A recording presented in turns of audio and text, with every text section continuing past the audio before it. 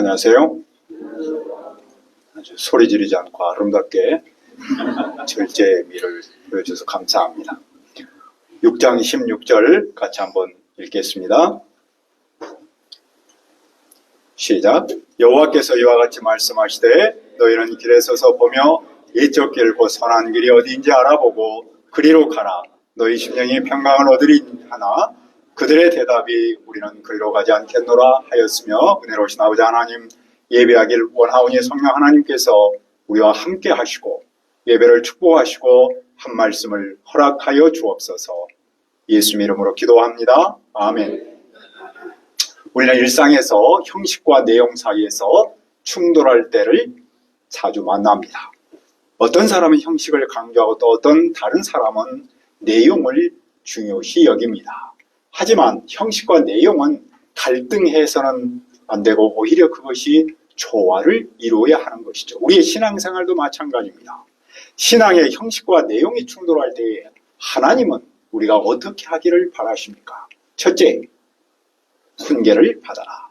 1절을 보십시오. 베냐민 자손들아 예루살렘 가운데로 피난하라. 두고 와 있어 나팔을 불고 벳핫게렘에서 깃발을 들라. 재앙과 큰 파멸이 북방에서 엿보아 옵니다. 당시 베냐민 자손은 예루살렘 근처에서 살았습니다. 예루살렘은 여호와께서 함께 하시는 도성이었습니다. 그래서 그곳은 세상에서 가장 안전한 곳으로 사람들은 여겼습니다. 그러나 선지자는 그 가장 안전한 곳으로 여겼던 그 예루살렘으로부터 도망치라고 말합니다. 드고아에서 나팔을 불고 벳핫게렘에서 깃발을 들어 재앙이 오고 있음을 알리라고 합니다. 왜 이런 경고가 필요할까요? 북방에서 재앙과 큰 파괴가 다가오기 때문입니다.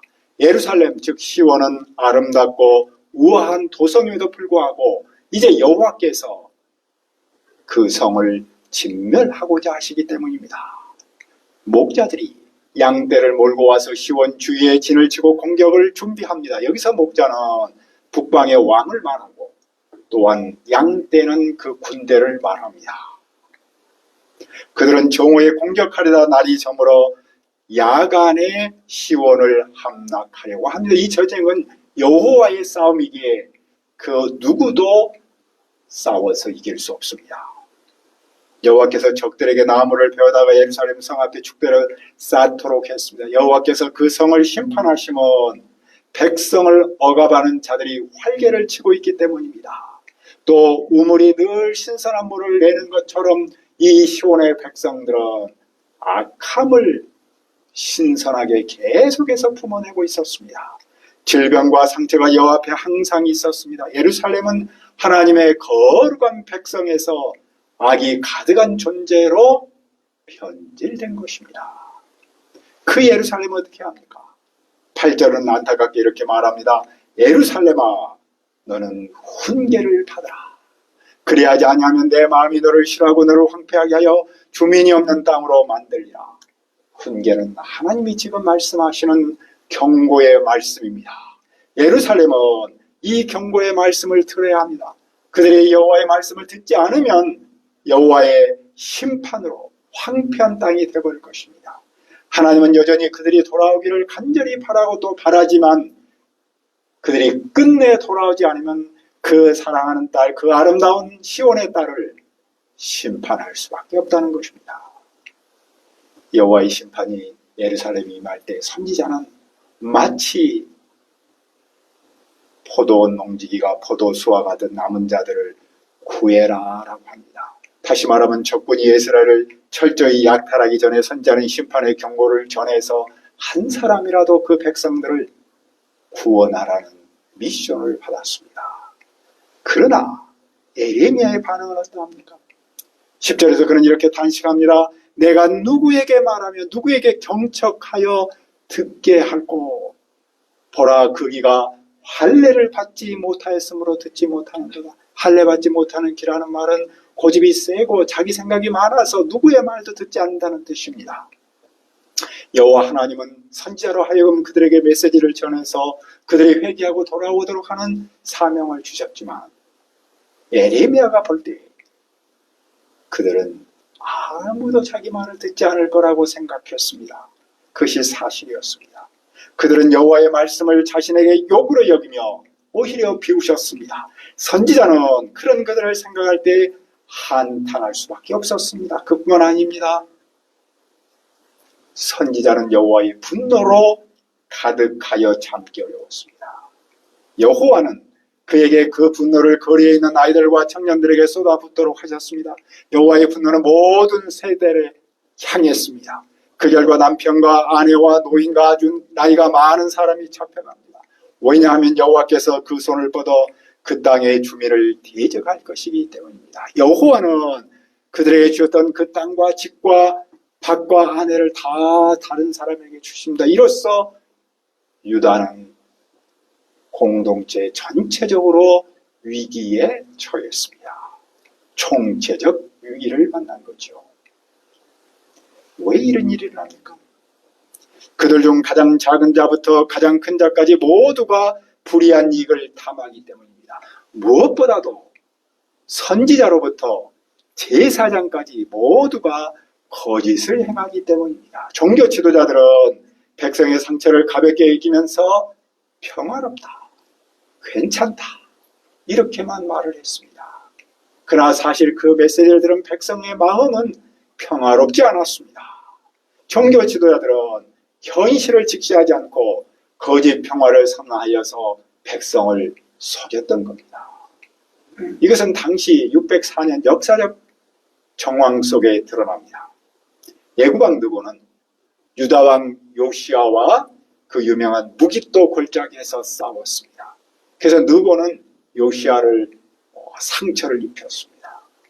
그 결과 애굽의 왕은 그 다음에 계승한 여호아스를 폐위하고 유다에게 막대한 벌금을 물렸습니다. 그 결과 유다의 백성들은 심각한 고난을 겪어야 했습니다. 그런데도 당시 종교 지도자들은 아무 리 없다, 여호와 하나님께서 우리를 보호하신다라고 평화의 메시지만을 전했던 겁니다. 그들은 유다가 침몰하고 있는 현실을 인정하지 않았습니다. 그들은 여호와의 이름으로 메시지를 전했지만 사실은 여호와께서 전하고자 하는 그 메시지를 바르게 전하지 않았던 겁니다. 종교 지도자들은 이런 일을 행하고도 어디 있습니까? 그들은 조금도 부끄러워하지 않았습니다. 그들의 얼굴도 붓고지지 않았습니다. 그들은 죄에 대해서 무감각했습니다. 왜냐하면 그들의 귀가 할례를 받지 않아서 여호와의 말씀을 듣지 않았기 때문인데, 여호와의 말씀을 듣지 않으니 부끄러움도 모르고 죄의식도 몰랐던 겁니다. 그러므로 그들이 엎드러지는 자와 함께 엎드러집니다. 여호와께서 그들을 벌하기 때문입니다. 하지만 여호와께서 그들에게 무슨 기회를 주십니까? 둘째, 옛적 길을 바라보라. 16절을 다시 한번 읽읍시다. 시작. 여호와께서 이와 같이 말씀하시되 너희는 길에 서서 보며 옛적 길 곧 선한 길이 어디인지 알아보고 그리로 가라. 너희 심령이 평강을 얻으리라 하나 그들이 대답해 우리는 그리로 가지 않겠노라 하였으며, 여호와께서 유다 백성에게 요구하는 것은 새로운 길이 아니었습니다. 그것은 옛적 길 곧 선한 길입니다. 여호와는 그들이 걸어온 길을 멈추고 옛적 길을 다시 살펴보고 그 길로 가라고 안타깝게 간절하게 호소합니다. 그러면 옛적 길, 선한 길은 무엇입니까? 그것은 여호와께서 조상에게 가르쳐 주신 그 길입니다. 신명기 8장 6절은 이렇게 가르쳤습니다. 내 하나님 여호와의 명령을 지켜 그의 길을 따라가며 그를 경외할지어다. 또 신명기 30장 16절에서는 이렇게 말씀했습니다. 곧 내가 오늘 내게 명령하여 내 하나님 여호와를 사랑하고 그 모든 길로 행하여 그의 명령과 규례와 법도를 지키라 하는 것이라. 그리하면 내가 생존하며 번성할 것이고 내 하나님 여호와께서 네가 가서 차지할 땅에서 복을 주실 것입니다. 옛적 길, 곧 선한 길은 여호와의 말씀대로 살며 그분의 길을 따르고 그분을 경외하는 겁니다. 여호와 하나님을 사랑하는 겁니다. 그러면 그들의 심령이 평강을 얻습니다. 무엇보다도 하나님께서 주시는 복을 누리게 됩니다. 그러므로 오늘 우리가 가야 할 길도 어디입니까? 우리도 길에 서서 보며 옛적 길, 그 선한 길이 어디인지를 알아보고 그 길로, 바로 그 길로 가야 하지 않겠습니까? 여호와의 말씀대로 살며 그분의 길을 따르고 그분을 사랑하는 그 길이 바로 선한 길입니다. 그런데 우리는 세상에서 살기에 세상의 길을 따르기 쉽고 세상 풍조의 길을 따를 때도 있습니다. 그렇게 살면 어떨 때는 마음의 평화를 누리고 또 복을 얻을 것으로 여기기 때문이기도 합니다. 하지만 현실에서는 죄와 두려움에 휩싸이기도 합니다. 불확실성 시대에서 희망을 보지 못하기에 오히려 미래에 대한 두려움을 느끼기도 합니다. 그런데 우리가 이런 현실 앞에서 오히려 하나님 여호와를 경외하고 하나님 여호와께서 우리에게 주신 그 말씀을 따라서 그 길을 걸어가면, 선한 길을 걸어가면 오히려 우리는 평화를 누리지 않습니까? 더 나아가서 하나님께서 우리에게 주시는 여호와 하나님의 복을 이 땅에서 누리며 살 수 있습니다. 그러므로 우리는 이 시간 우리의 삶의 방향이 세상으로 기울어져 있다면 지금이라도 멈춰서 여호와의 선한 길이 어디인지 알아보고 다시 한번 힘을 내서 그 길로 걸어가야 하지 않겠습니까? 그러면 유다는 여호와의 말씀 앞에서 어떻게 했습니까? 그들은 선한 길이 무엇인가를 찾아보고 그 선한 길로 가라고 하신 그 말씀 앞에서 아주 단호하게, 아주 냉정하게 거절했습니다. 우리는 그 길을 가지 않겠나이다. 그들은 여호와께서 다시 주신 기회를 발로 차버렸습니다. 그리고 그들은 오히려 우상을 섬기고 세상의 풍조에 따라서 그 길을 걸어갔습니다. 여호와는 그런 그들에게 또 무엇을 하셨습니까? 여호와는 17절에서 그들을 깨우치기 위해서 파수꾼을 세우셨습니다. 파수꾼은 나팔을 불며 위험을 경고하는 사람이잖아요. 그러나 그들은 또다시 단호하게 말합니다. 우리는 파수꾼의 나팔 소리를 듣지 않겠습니다. 유다는 여호와의 두 가지 권면, 선한 길과 파수꾼에 대해서도 단호히 거절했습니다. 그러므로 여호와는 유다 주변 나라들을 증인으로 불러다가 유다가 당할 일을 알립니다. 결국 여호와는 그 백성을 심판하십니다. 재앙을 내리십니다. 따라서 그 재앙은 그들 스스로 선택의 결과였던 것이죠. 여호와께서 가르친 선한 길을 걷지 않고 그분의 경고를 듣지 않은 그들은 재앙의 길로 빠질 수밖에 없었던 겁니다. 그런데도 유다는 무엇을 했습니까? 그들은 여호와의 말씀을 거부하면서도 형식적인 제사에는 열심이었습니다. 그들은 시바에서 유향과 먼 곳에서 향품을 가져와서 비싼 제물을 여호와께 드렸습니다. 그들은 여호와를 완전히 떠날 수는 없어서 제물을 드림으로써 여호와의 관계성을 맺고자 했던 것이겠죠? 그러나 여호와는 그들의 그 비싼 번제물과 희생 제물을 기뻐하지 않으셨습니다. 하나님이 원하시는 것은 값비싼 제물이 아니라 말씀을 듣고 하나님께서 제시하시는 그 선한 길을 걷는 것이었기 때문입니다. 사무엘상 15장 22절에서 사무엘은 사울에게 이렇게 말했던 것을 우리는 기억합니다. 순종이 제사보다 낫고 듣는 것이 수양의 기름보다 나으리라. 하나님은 제사나 예배의 형식보다도 순종과 진실한 마음을 더 기뻐하십니다. 형식은 외적이지만 순종은 내적입니다. 예배의 형식은 습관이 될 수 있지만 순종은 우리 삶 자체가 아니겠습니까? 하나님은 겉모습이 아닌 내면의 변화를 더 기뻐하시죠. 우리의 신앙도 종교 형식에 갇힐 수 있습니다. 습관처럼 드리는 예배에서 만일에 우리가 하나님의 음성을 듣지 않는다면 우리는 돌아봐야겠죠.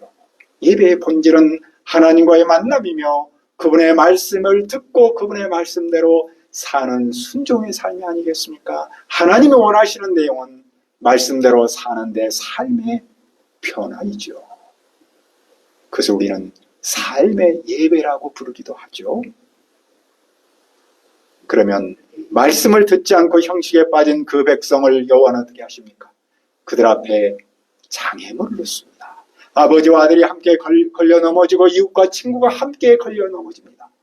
가정이 무너지고 사회 공동체가 무너집니다. 왜냐하면 여호와께서 주시는 그 선한 길을 걷지 않은 그들은 하나님께서 심판하실 수밖에 없기 때문입니다.